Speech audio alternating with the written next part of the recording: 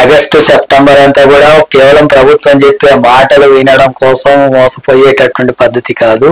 అర్హులైనటువంటి వాళ్ళందరికీ కూడా ప్రభుత్వ పథకాలు అమలు జరగాల, అందరికీ అర్హులైనటువంటి వాళ్ళందరికీ రేషన్ కార్డులు ఇవ్వాలా, ఇవ్వకపోతే తీవ్రమైనటువంటి పద్ధతుల్లో ఆందోళన జరుగుతుంది. అట్లాగే అర్హులైనటువంటి పేదలందరికీ కూడా ఇండ్ల స్థలాలు, ఇండ్ల నిర్మాణం చేపట్టాలా, వాటికి సంబంధించినటువంటి ఇండ్ల స్థలాలు కేటాయించాలా, లేకపోతే ఎక్కడెక్కడ గ్రామాన ఇండ్ల స్థలాలు, ఇండ్ల సాధన కమిటీలు ఏర్పాటు చేసి పెద్ద ఎత్తున వాటి సమస్య కోసం పోరాటాన్ని కొనసాగిస్తాం. పెన్షనర్ల సమస్య మీద ఆ రకంగానే పోరాటాన్ని కొనసాగించబోతున్నాం. గ్రామాల్లో కేవలం కాంగ్రెస్ నాయకులకు కార్యకర్తలకు మాత్రమే ఇస్తాం, ఈ పేద ప్రజానికాన్ని విస్మరిస్తాం అని చెప్పి గతంలో బీఆర్ఎస్ ప్రభుత్వం వివరించినట్టుగా ఇప్పుడు కాంగ్రెస్ ప్రభుత్వం కూడా వివరిస్తే అలాంటి విధానాలకు వ్యతిరేకంగా ఎర్ర జెండా సిపిఎం పార్టీ పోరాడుతుంది, ప్రజలను సమీకరిస్తుంది. పెద్ద ఎత్తున పోరాటంలో భాగంగా ప్రభుత్వం మీద ఒత్తిడి తీసుకొచ్చి అది పరిష్కారం కోసం కృషి చేస్తాం. పరిష్కరించకపోతే ప్రభుత్వం తగిన మూల్యం చెల్లించుకోవాల్సినటువంటి స్థితి కూడా వస్తుందని చెప్పి హెచ్చరిస్తున్నాం. పూర్తిగా మద్దతు సిపిఎం పార్టీగా ఉంటుంది.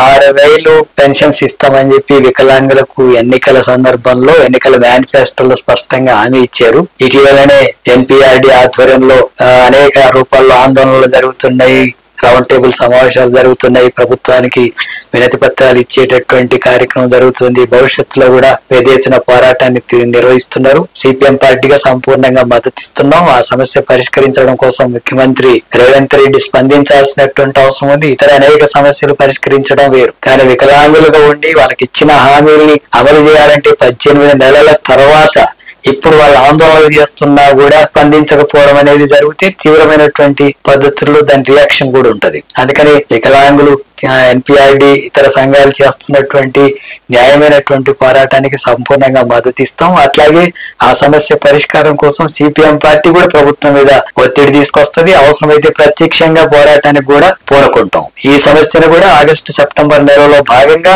ఆ డిమాండ్ కూడా ప్రజల్లో ప్రభుత్వం మీదకి తీసుకొచ్చేటట్టుగా ఆ సమస్య పరిష్కారం కోసం కూడా మా ఉద్యమం కొనసాగుతుంది. ఇందిరమ్మ ఇండ్లకు సంబంధించినటువంటి ప్లానింగ్ లోనే ప్రభుత్వం వైఫల్యం ఉంది. ముందుగా ఇండ్ల స్థలాలు లేనటువంటి పేద కుటుంబాలు ఉన్నాయి, కూలీ పని చేసుకునే వాళ్ళు, కార్మికులుగా ఉండేవాళ్ళు, కనీస వేతనం కూడా అమలు కాని వాళ్ళు, 10,000 కూడా నెలకు రానటువంటి పేద కుటుంబాలు, పొట్ట గడవడమే కష్టంగా ఉండి ఇండ్లు కిరాయిలు కట్టలేక, సొంతగా ప్లాట్ కొనలేక, ఇండ్లు కట్టుకునే స్తోమత లేక తీవ్రమైనటువంటి ఇబ్బందులు పడుతున్నారు. పట్టణ ప్రాంతాల్లో అయితే పూరి గుడిసెల్లో ఉంటున్నారు, మూసీ నది మురికి కాలువల పక్కన ఉంటున్నారు. ఒక్క గుడిసెలోనే 2-3 కుటుంబాల నివాసం ఉంటున్నటువంటి దుస్థితి కొనసాగుతుంది. అలాంటి దుర్భరమైనటువంటి పరిస్థితుల్లో ఉన్నటువంటి వాళ్ళకు 120 గజాల ఇళ్ల స్థలం ఇవ్వడానికి ప్రభుత్వానికి ఏమైంది? ప్రభుత్వం అంతా కూడా మొత్తం ప్రభుత్వ భూములంతా కూడా కబ్జాలు చేస్తుంటే వాటికంతా కూడా దారదత్తం చేసే పద్ధతుల్ని అనుసరిస్తుంది. అట్లాగే అసైన్ భూముల పేరుతో పేదలకు, ఎస్సీ ఎస్టీలకు ఇచ్చినటువంటి భూముల్ని తిరిగి లాక్కునే ప్రయత్నం చేస్తుంది. పేదలు గుడిసెలు వేసుకొని నివాసం ఉంటే 20-30 సంవత్సరాలు ఉంటే వాటిని కూల్చేసే కార్యక్రమాలు కూడా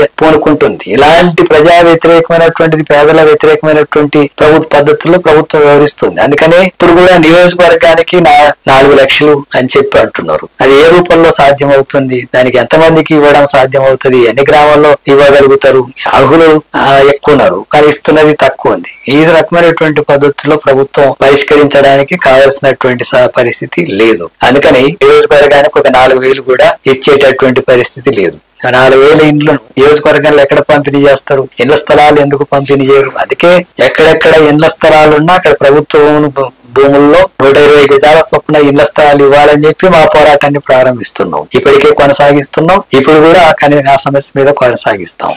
అట్లాగే ఇళ్ల నిర్మాణానికి 5 లక్షలు, ఎస్సీ ఎస్టీలకు 6 లక్షలు ఇవ్వాలనే పోరాటాన్ని కూడా కంటిన్యూ చేస్తాం. ఆ రకంగా జరగకపోతే ప్రభుత్వ భూముల్ని ఆక్రమించుకోవడం, అక్కడ గుడిసెలు వేసుకోవడం, అవసరమైతే ప్రభుత్వంతో పోరాడడం, ఎంతకైనా తెగించి పోరాడడానికి సిపిఎం పార్టీ సిద్ధంగా ఉంది. ప్రజలను కూడా ఆ రకంగా పోరాటంలోకి కదిలించే ప్రయత్నం చేస్తాం. ఆ రూపంలో ఈ ఇండ్ల స్థలాల సమస్యను పరిష్కరించుకుంటే సాధ్యమవుతుంది తప్ప ప్రభుత్వం ఇచ్చేటటువంటి నియోజకవర్గానికి ఒక 4,000 ఇచ్చి గ్రామానికి ఒక 3, 4, 10 ఇస్తే ఆ రకంగా ఇండ్లు ఇచ్చినామని చెప్పేటటువంటి పద్ధతిలో మభ్య పెడితే ఆ రకంగా మభ్యపోవడానికి ప్రజలు సిద్ధంగా లేరు. ఈసారి సిపిఎం పార్టీ ఆ రకంగా వదిలే సమస్య లేదు. ప్రభుత్వం మీద వెంటబడి ఆ సమస్యను పరిష్కరించేటటువంటి పోరాటాన్ని కొనసాగిస్తాం. ఈ జీవో నంబర్ 49 పేరుతో కేంద్ర ప్రభుత్వం యొక్క ఒత్తిడిలో భాగంగా రాష్ట్ర ప్రభుత్వం కూడా తీసుకొచ్చి ఆదివాసులు నివాసం ఉంటున్నటువంటి ప్రాంతాల్లో ఉండే భూములంతా కూడా ప్రైవేట్ సంస్థలకు అప్పగించడానికి, కార్పొరేట్ సంస్థలకు అప్పగించడానికి ప్రభుత్వం ఈ జీవో టైగర్ ప్రాజెక్ట్ పేరుతో తీసుకొచ్చి అమలు చేయబోతుంది.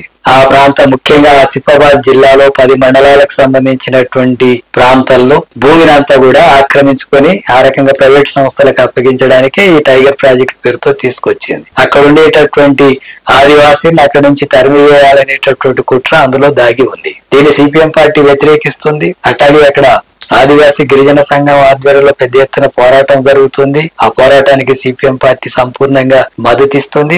ప్రత్యక్షంగా కూడా సిపిఎం పార్టీ ఆ పోరాటంలో పాల్గొంటుంది. ప్రభుత్వం ఉపసంహరించుకోకపోతే ఆదివాసీలతో పాటు దానితో కలిసి వచ్చేటటువంటి ప్రజలంతా కూడా కూడగలుపుకొని సిపిఎం పార్టీ ఇప్పటికే ఆందోళన కార్యక్రమాలు కొనసాగిస్తుంది. భవిష్యత్తులో ఆ పోరాటాన్ని అది ఉపసంహరించుకునేంత వరకు కూడా ఆ పోరాటాన్ని ముందుకు తీసుకొస్తాం. ఖచ్చితంగా గిరిజనులకు, ఆదివాసులకు సిపిఎం పార్టీ ఎర్రజెండా అండగా నిలబడుతుంది. వాళ్ళ హక్కుల్ని సాధించడం కోసం పోరాడుతుంది. వాళ్ళ నిర్వాసితులు చేసే ఆ భూములంతా కూడా కాజేసేటటువంటి ప్రయత్నానికి అడుగడుగున వ్యతిరేకంగా సిపిఎం పార్టీ పోరాడుతుంది. క్యూబా మీద అమెరికా అనేక రకాల ఆంక్షలు పెడుతుంది. అది 1962 నుంచి కూడా ఆ సామ్రాజ్యవాద దేశం క్యూబా మీద ఆంక్షలు పెడుతుంది. అక్కడ ఆర్థికంగా ఎలాంటి ప్రయోజనాలు లేకుండా ఆంక్షలు విధిస్తుంది. అలాగే వివిధ దేశాలు అక్కడ ఎలాంటి ఉత్పత్తుల్ని కొనుగోలు చేయకుండా, వాళ్ళ సరుకులను వాళ్ళకి అమ్మకుండా, ఆ దేశానికి కావాల్సినటువంటి ఎలాంటి ప్రయోజనాలు పొందకుండా ఆంక్షలు విధిస్తుంది. దానివల్ల తీవ్రమైనటువంటి ఇబ్బందుల్ని